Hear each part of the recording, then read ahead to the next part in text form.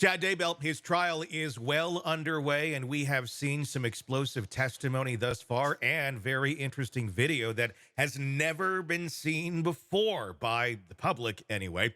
Going back to when the police were raiding his home and finding the bodies of JJ and Tylee in the backyard, and he's in his car. And he's sitting there talking to his daughter, maybe not his car, a patrol car, and telling his daughter, who is crying and upset, wondering what is going on, "I'm not coming back." Those are the words that he said. Joining me to discuss, Shavaun Scott, psychotherapist and author. I mean, that really shows a lot of consciousness of guilt right there. And I think it almost starts to answer our question that we've wondered for quite some time. Just how invested is Chad Daybell into the whole delusional cult thing? Is it the same way Lori was? I'm kind of thinking not. What are your thoughts? Yeah. Yeah, he does not present as psychotic. Lori does, Hmm. and was determined that by an professional evaluation when she was arrested that she's got a delusional disorder. She's crazy. Yes. Chad presents as more strategic Hmm. and manipulative, and clearly he is grounded in reality. He knew that, okay, the jig is up here. I'm not coming back. So I agree with you. It looks pretty damning.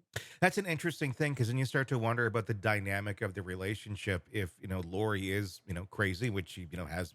I mean, that's the flippant term for it, but obviously Yeah, has a delusional disorder. yeah.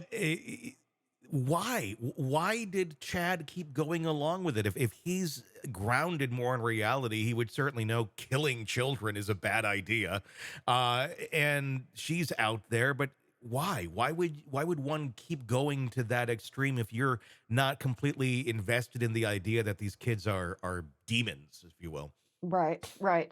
Yeah, I can only speculate, but my guess is that, you can be incredibly narcissistic, which colors the way you look at life and it colors your decision making, but you're not delusional. So Hmm. officially those kind of personality disorders, they're not mental illness per se. It's more just it's your personality, it's how you developed. So he's clearly off. You Hmm. know, and he's a strategic thinker, but he doesn't impress me as terribly bright.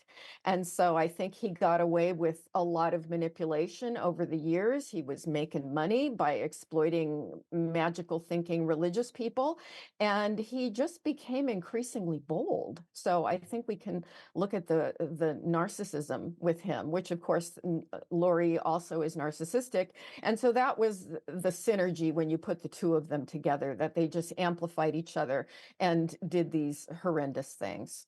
Is it kind of, if you look back at his life, kind of someone who is kind of aloof, kind of a loser, kind of a loner off by himself, and that glory, if you will, that he started getting from not his former wife. I don't know what the relationship was there. Obviously, she ended up dead. But the fact that he had Lori that was buying into this stuff, and then Melanie and all the friends and Zulema and Yeah, blah blah blah blah blah, yeah, and the fact that it kind of was a 180, if you will, from where he was in life to suddenly, oh my gosh, this attention that I'm getting, this validation that I'm getting, that the world, for the most part, has never seen in me, is now there.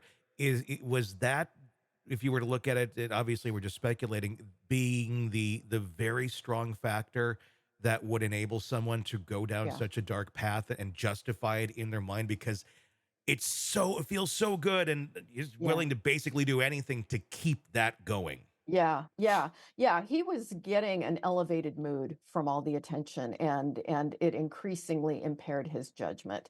And I think you nailed it. The more attention he got, the more he was looked at as this quasi prophet character with this special pipeline to, God and the angels. He got very full of himself and increasingly stupid and careless. I wonder, and obviously we're just still speculating on all this. Uh, do you think he still buys this stuff? Do you think he ever bought his stuff? Honestly, the stories that he would tell these people, then they believed it.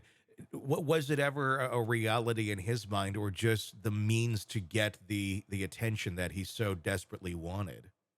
He may have convinced himself of some of it to some degree, but my guess is if we put it on a 1 to 10 scale, he was maybe a 6 or a 7 with Hmm. how much he could convince himself that it was real or legit, whereas Lori went all the way to a 10 with it. Yeah. She was completely convinced that this is reality and still probably believes it. My guess is at this point he's shifted his perspective. Hmm.